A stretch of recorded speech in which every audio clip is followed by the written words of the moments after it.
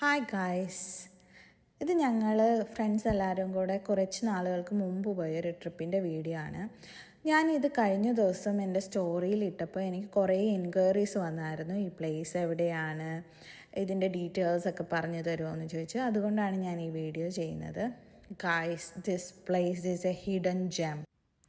ഈ പ്ലേസിൻ്റെ full detailed ആയിട്ടുള്ള ഒരു വീഡിയോ ഞാൻ എൻ്റെ യൂട്യൂബ് ചാനലിൽ അപ്ലോഡ് ചെയ്തിട്ടുണ്ട്. Please do watch.